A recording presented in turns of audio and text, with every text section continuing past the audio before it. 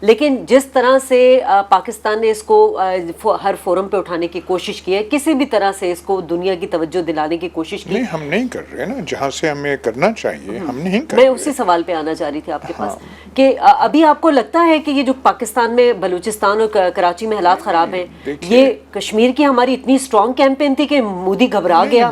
دیکھیے یہ کہنا کہ ہماری کیمپین تھی ایاز صاحب, یہ تو پہلی دفعہ آئی تھنک پاکستان نے بڑی عقل مندی کی ہے کہ کشمیر میں جو کچھ ہو رہا ہے اس میں پاکستان نے کوئی دیکھیں ایک کرائسس کشمیر میں ہے, اتنی شدت سے وہ ہو گیا ہے کہ عالمی جو کم از کم میڈیا ہے اس میں آپ نیو یارک ٹائمز میں رپورٹس آپ دیکھیں گے اور پیلٹ کی انجری وغیرہ کا دیکھیں گے. امریکہ کے وزیر خارجہ وہاں پہ آتے ہیں انڈیا میں اور سشما سوراج کے ساتھ وہ پریس کانفرنس ایڈریس کرتے ہیں, اور جو زبان انڈین فارن منسٹر بول رہی ہے وہی وہ بولتے ہیں, اور سارے چیز کو اس پریس کانفرنس کو آپ دیکھ لیں انہوں نے مروڑ کے رکھ دیا کہ جی کراس بارڈر ٹیررزم جو ہے یہ بڑی خطرناک چیز ہے, اور ٹیررسٹ جو ہے گڈ اور بیڈ جو ہے اس کی تو وہ ٹیررسٹ ہوتا ہے. مطلب وہاں کشمیر میں کچھ اور ہو رہا ہے, آپ اس ساری چیز کو ٹوسٹ کر کے یہاں کر رہے ہیں اور بلیم کس پہ ڈال رہے ہیں؟ پاکستان پہ. تو ہمارے لوگ جو ہیں ان کو تھوڑا زوردار طریقے سے امریکہ سے بات کرنی چاہیے. امریکہ جو ہے چین کے معاملے میں ہیومن رائٹس ان کو یاد آ جاتی ہے, روس کے بارے میں ہیومن رائٹس ان کو یاد آ جاتی ہے, موقع بے موقع وہ ہیومن رائٹس کا جو ورد ہے پڑھ دیتے ہیں. انڈیا کے بارے میں ہیومن رائٹس والا وہ امریکی وہ جو ہے وہ کہاں گیا؟ آپ نے کوئی کیری کا ایک بیان بھی آپ نے دیکھا؟ کوئی بھی نہیں تھا اس میں جب دلی گئے ہیں کشمیر کے بارے میں ہے, لیکن کراس بارڈر ٹیررزم اور یہ کہہ رہے ہیں کہ ہاں افغانستان انڈیا اور جو ہے یہاں امریکہ ان کی میٹنگ ہوگی, لیکن پاکستان کو آئسولیٹڈ فیل نہیں کرنا چاہیے. بھئی آپ جو ہیں ہمارے جو لوگ ہیں ان سے بات صاف کریں. بھئی دیکھیں آپ ہمیں ایک تو ہیومن رائٹس والا یہ نہ سکھائیں, آپ کو یہ نظر نہیں آ رہا کہ کشمیر میں کیا ہو رہا ہے. یہ اگر کہیں چیز کسی اور ملک میں ہوتی, فرض کر لیں ایران میں کہیں ڈیمونسٹریشن ہوتی اور یہ پیلٹس یوز کرتے, او ہو آپ کو اندازہ نہیں ہے جو طوفان امریکہ کھڑا کر دیتا.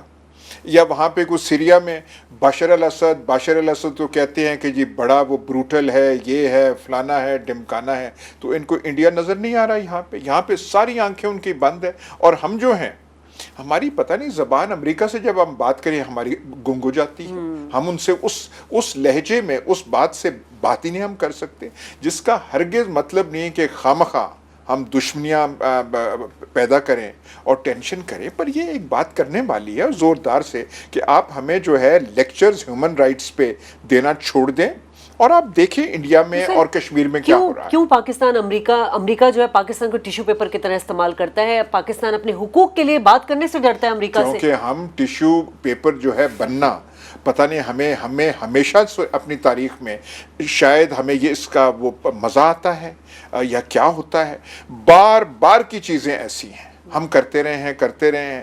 ہمارے جو حکمران ہوتے ہیں ان کی اپنی مجبوریاں ہوتی ہیں, انہیں تھوڑا سا تھپکی ہوتی ہے, تھوڑا سر پہ ہاتھ پھیرتے ہیں, پتہ نہیں انہیں کیا ہو جاتے. ایک دفعہ نہیں ہوا, بار بار ہوا ہے, اور آج سے نہیں ہوا. 50 سے ارلی جو ہمارا پہلے معاہدے تھے ان کے ساتھ, ہم تو موسٹ وہ کیا کہتے ہیں موسٹ لائل لائق کہا جاتا تھا کہ سب سے ہم آگے تھے, باقی دنیا پیچھے, امریکہ کے ساتھ ہم آگے تھے.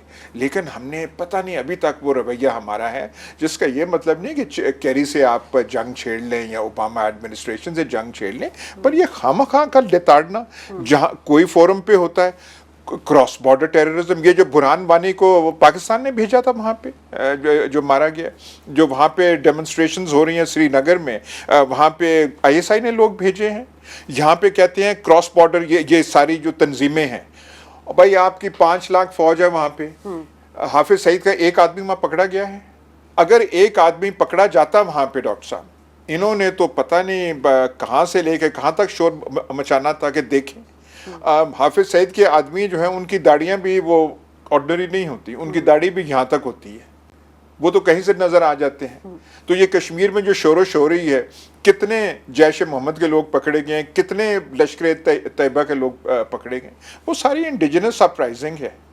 وہاں پہ آپ سارا کچھ استعمال کر رہے ہیں. کتنے آپ نے کراس بارڈر ٹیررسٹ وہاں پہ پکڑے ہیں. خواہ مخواہ کا یہ ورد ہے. لیکن جس طریقے سے ہمارے فارن آفس کو, ہمارے وزیر خارجہ کو, ہمارے پرائم منسٹر کو بولنا چاہیے, ڈاکٹر صاحب ہم ایسا نہیں بولتے. تو سفارتی میدان میں, اخلاقی میدان میں ہم وہ نہیں کر رہے جو ہمیں کرنا چاہیے تھا. جو انڈین اخبارات ہیں وہ کہہ رہے ہیں کہ 3 قسم کے نعرے لگتے ہیں. جیسے ہی کرفیو اٹھتا ہے وہ پہلے برہان کا نعرہ لگتا ہے, آزادی کا نعرہ لگتا ہے اور پاکستان کا. یہ 3 نعرے وہاں پہ لگتے ہیں.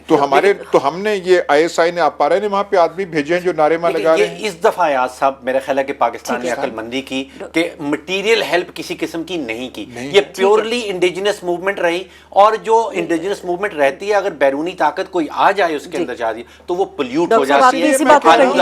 میں کہہ رہا ہوں یہ نیریٹو امریکی اور انڈین نیریٹو تو انڈیا کا بالکل سمجھ آتی ہے. سر بریک لے لیں, پھر اس بات کو ہم کنٹینیو کریں گے. ناظرین یہاں لیتے ہیں ایک بریک, ہمارے ساتھ رہیے گا.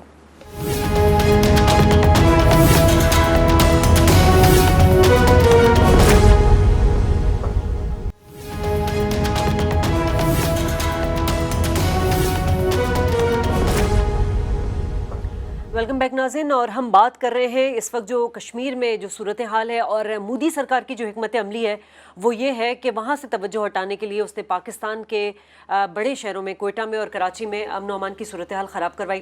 ڈاکٹر صاحب یہ بھی گردشیں سنی جا رہی ہیں کہ یہ جو پاکستان مخالف نعرے بازی کی گئی الطاف کی جانب سے, تو یہ بھی انہی کے ہتھ کنڈا یا مورا ثابت ہوا ہے. دیکھیے 3 چیزیں سامنے آئی ہیں شازیہ پچھلے کچھ دنوں میں. ایک تو مایاواتی جو انڈین سیاستدان ہیں, اتر پردیش کی وہ چیف منسٹر رہ چکی ہیں, 1 مرتبہ نہیں 4 مرتبہ رہ چکی ہیں. اور اتر پردیش اتنا بڑا صوبہ ہے کہ اس کی 22 کروڑ کی آبادی ہے. تو جو مایاواتی کہتی ہیں مطلب پاکستان سے بڑا صوبہ ہے, اس کی ایک صوبے کی آبادی یہ وزن رکھتا ہے, وہ یہ کہہ رہی ہیں. اور یہ انڈین اخبار میں چھپا ہے, اکنامک ٹائمز میں, وہ کہتی ہیں کہ Narendra Modi may trigger war with Pakistan to hide failures. Mayawati یہ کہہ رہی ہیں کہ شاید نریندرا مودی اپنی ناکامیاں چھپانے کے لیے پاکستان سے جنگ نہ چھیڑ بیٹھے. اچھا, دوسری چیز یہ ہے کہ زی نیوز مسلسل پیکیجز چلا رہا ہے, اس میں بار بار وہ الطاف حسین کی تصویر بھی بار بار دکھاتے ہیں, اور زی نیوز کو اون کرتے ہیں سبیش چندرا صاحب جو BJP کے ٹکٹ کے امیدوار رہے ہیں. تو وہ کنیکشن جو ہے وہ ایک شاید کسی زمانے میں ڈھکا چھپا تھا, جیسے میں نے کہا, وہ سامنے ابھر کے سامنے نظر آ رہا ہے کہ ان کے آپس میں تانے بانے کہیں نہ کہیں مل رہے ہیں.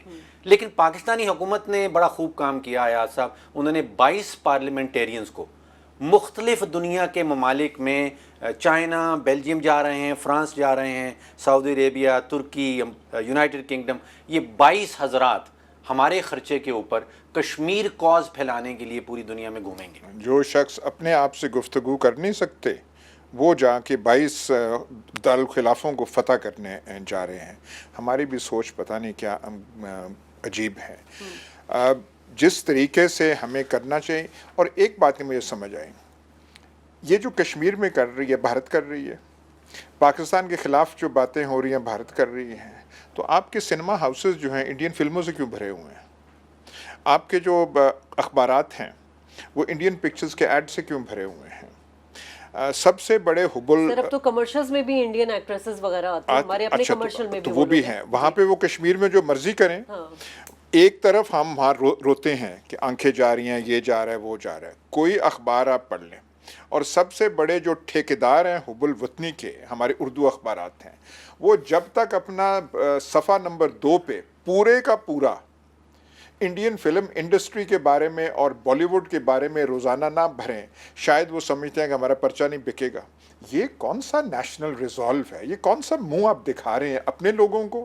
دنیا کو چھوڑ دیں, اپنے لوگ آپ کے کیا کہیں گے؟ ایک طرف یہ ہے آج کل جو رہ گئے ہیں سنیما ہاؤسز, کوئی بھی ایسا نہیں ہے جہاں پہ انڈین فلمز نہیں جا رہی. میرے خیال برہان وانی کی شکل ہمارے لوگ نہیں پہچانیں گے, لیکن انڈین ایکٹرز اور ایکٹریسز جو ہیں اس کی ہم پہچانتے ہیں. تو یہ کون سا آپ مطلب یہاں پہ کوئی ڈائریکٹ کرنے والا, کوئی بتانے والا, کوئی گائیڈ کرنے والا اس قوم کو کوئی بھی نہیں ہے. یہ کیا ہمارے لوگ کبھی انہوں نے غور و خوض ان چیزوں پہ کیا ہے؟ آپ اٹھ کے ایک آپ نے بس ایک وہ گمک کرنی ہے، 22 آدمیوں کو ہم نے چن لیا ہے جی، آپ نے آپ بیجنگ بھی آپ بھیج رہے ہیں، مطلب بیجنگ کو آپ نے قائل کرنا ہے کشمیر کے بارے میں، اور جو امریکہ ہے وہاں بھی آپ بھیج رہے ہیں، وہاں تو آپ کو کوئی کانگریس میں کوئی میٹنگ نہ دے، بمشکل آپ کے سفیر کو کوئی ٹائم وہاں ملتا ہے۔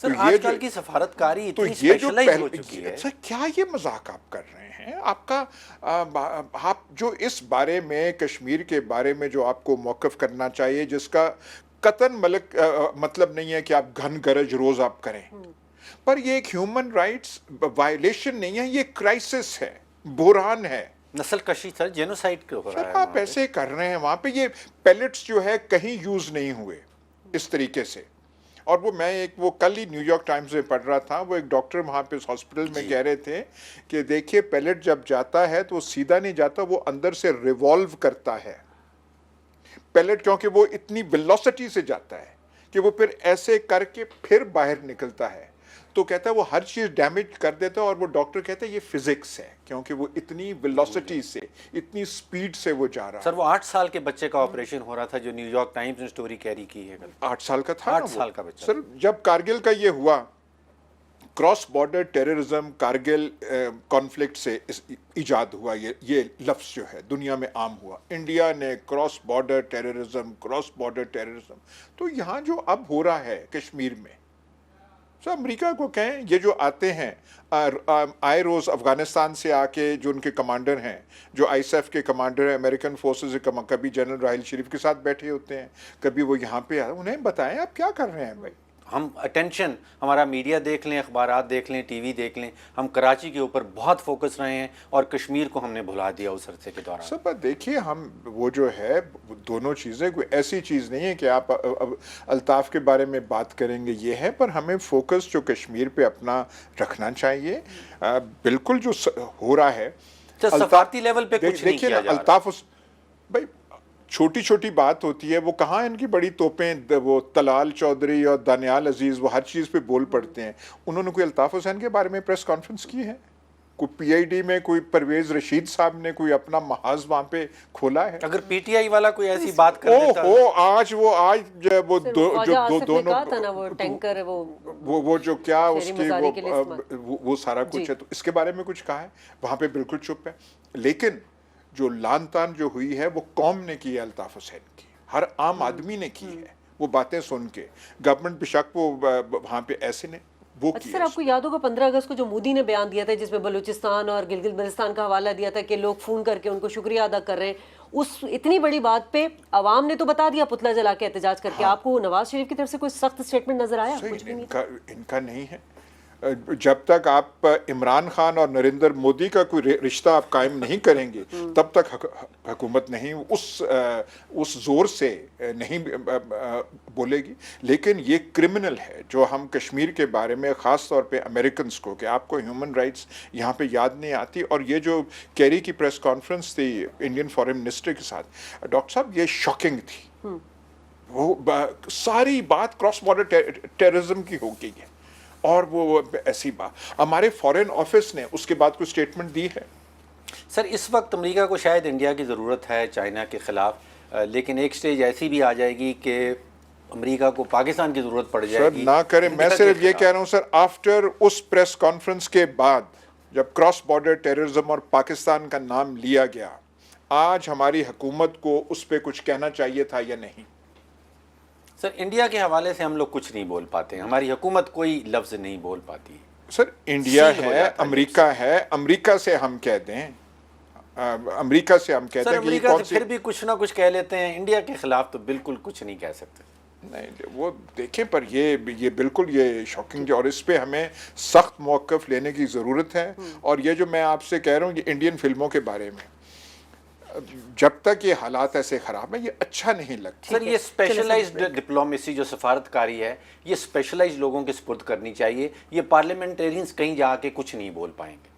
یہ صرف چلے سر فورن انہوں نے صرف آپ کو دکھانا تھا کہ ہم کچھ کر رہے ہیں. نہیں سر, نوازنا بھی تھا, یہ پسندیدہ ان کے اور ذہن میں کوئی چیز نہیں آئی, انہوں نے یہ گیمک ایک چھوڑ دیا. چلے سر, یہ مسلطیں اور یہ ذاتی مفادات چلتے رہیں گے تو اپنے کاز سے ہمیشہ حکومت جو وہ پیچھے رہے گی. بریک لیتے ہیں اور بریک کے بعد جب واپس آئیں گے تو بات کریں گے کہ حکومت پاکستان نے برطانیہ کو الطاف حسین کے خلاف جو ہے وہ کارروائی کے لیے خط لکھ دیا ہے, لیکن جو حکومتی نمائندے ہیں وہ ہمیں خاموش نظر آئے ہیں. اس پر بات کریں گے اس بریک کے بعد.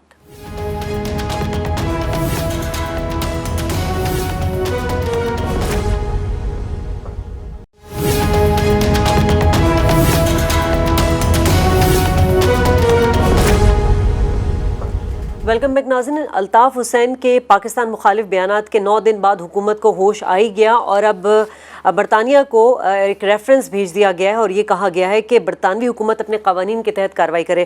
ڈاکٹر صاحب, اب ریفرنس پر کارروائی کا مکمل انحصار جو برطانوی حکومت پر ہے. آج ایک بڑا انٹرسٹنگ مکالمہ ہوا ہے شاہدہ سپریم کورٹ کے اندر, جس میں اٹارنی جنرل صاحب ہیں اور ایک سپریم کورٹ کے جج جسٹس قاضی فائز صاحب ہیں. اٹارنی جنرل کہتے ہیں کہ مردم شماری کی ساکھ کے لیے فوج کی شمولیت ضروری ہے. آگے سے جواب آتا ہے کیا حکومت کی اپنی کوئی ساکھ نہیں, یہ سپریم کورٹ کے جج کہتے ہیں. اٹارنی جنرل صاحب فرماتے ہیں کہ مردم شماری حساس معاملہ ہے اور حکومت, آگے سے جواب آتا ہے جسٹس صاحب کا, حکومت ہر معاملے کو حساس کہہ کر ٹال دیتی ہے, مردم شماری کرانی ہے, جنگ نہیں لڑنی. سر یہ مکالمہ ہو رہا ہے اور یہ پرفارمنس ہے ہماری حکومت کی. وہ کہتے ہیں کہ جی ہم سینسس بھی نہیں کروا سکتے, اس میں بھی ہمیں فوج چاہیے. اسی طرح یہاں پہ انہوں نے کہہ دیا, جو خط لکھ دیا ہے, وہ کہتے ہیں کہ British government should take legal action. ہماری منسٹری آف انٹیریئر نے بھیج دیا ہے کہ برطانیہ کی حکومت اپنے قوانین اور عالمی قوانین لاگو کرے اور الطاف حسین کے اوپر ایکشن لے. ہم نے کچھ نہیں کرنا, جو کچھ کرنا ہے وہ برطانیہ حکومت خود ہی کر لے. برطانوی شہری بھی تو ہے نا الطاف, لیکن انسائٹمنٹ آف وائلنس تو پاکستان میں کروا رہے ہیں نا, وہاں تو پیسفل بیٹھے ہوئے ہیں. نہیں تو وہ بری الزمہ ہو گئے نا یاز سر کے, یہ کہہ کے کہ جی اب تو ہم نے خط ارسال کر دیا ہے, اب آپ جانے الطاف حسین جانے. دیکھیں چاہے آپ اسے سپورٹ کریں یا نہ کریں, ٹرکی کا ایک ریسپانس ہے فتح اللہ گولن کا, اور انہوں نے کس زور سے شد و مد سے کہا ہے کہ ہمارے حوالے کیا جائے. آپ اسے سپورٹ کریں اس موقف کو, یعنی وہ اپنی طرف ہے, لیکن وہ آپ دیکھیں کہ اس کی سیریسنس ہے, اور امریکہ کے ساتھ وہ بات کر رہے ہیں اور کہہ رہے ہیں ہم نے شواہد دی ہیں, یہ کر رہے ہیں. ہماری ٹون بھی کیا برطانیہ کے ساتھ ایسا؟ سر ہم نے کوئی ایسی ڈیمانڈ نہیں کی برطانیہ سے, ہم نے نہیں لکھا کہ اس کو ہمارے حوالے کیا جائے. ہم تو صرف خانہ پوری کر رہے ہیں, جیسے وہ 22 آدمیوں کا ہم نے سلیکٹ کر لیے کشمیر فتح کرنے کے لیے, اور یہ جو ہے ہم نے اب برطانیہ, آپ نے کیا کیا, ہم نے برطانیہ کو کہہ دیا ہے کہ آپ اس کے خلاف ایکشن لیں. ہم تو خانہ پوری یہ کرے جا رہے ہیں, پر جو سیریس جس طریقے سے کی جو بکواس سنی گئی ہے الطاف حسین سے, ہمارا کوئی رسپانس ایسے ہے یا برطانیہ کے بارے میں ہے کہ بھائی وہاں بیٹھا ہوا ہے, آپ دنیا بھر کو ڈیموکریسی کا سبق آپ سکھاتے ہیں, تھوڑی سی چیز ہو تو آپ کہتے ہیں یہ ہو گیا ہے, یہ ہو گیا. وہ آدمی تقریریں کیے جا رہا ہے اور گندی زبان استعمال کیے جا رہا ہے, انسائٹ کر رہا ہے, تشدد کی طرف انسائٹ کر رہا ہے. تو پورا جو انگریز قانون ہے وہ بالکل چپ ہے اس کے بارے میں. لیکن سر ہم بھی تو اپنے ملک میں کچھ نہیں کر رہے ہیں, ہم صرف برطانیہ کو کہہ رہے ہیں. برطانیہ کہے گا کہ آپ خود تو کچھ کرنا نہیں چاہتے اور آپ کیا بوجھ سارا میرے ایکشن لے رہے ہیں, لیکن کون لے رہا ہے وہ ہمیں پتہ ہے. کہ شاہین صاحب بھائی ہمارے ساتھ موجود ہیں, سینئر صحافی ہیں. شاہین صاحب بہت شکریہ, آپ نے اپنا قیمتی وقت دیا. اب یہ جو آپ کو ترہ امتیاز نظر آ رہا ہے حکومت کا کہ ایک طرف تو 9 دن کے بعد ہوش آیا, ریفرنس بھی داخل کر دیا, لیکن یہ فرمائیے گا کہ کیا پاکستان کے پاس ایسے قوانین موجود نہیں ہیں کہ ایک انسان ملک کے خلاف بات کرتا ہے تو اس کے خلاف کوئی مقدمہ چلایا جائے؟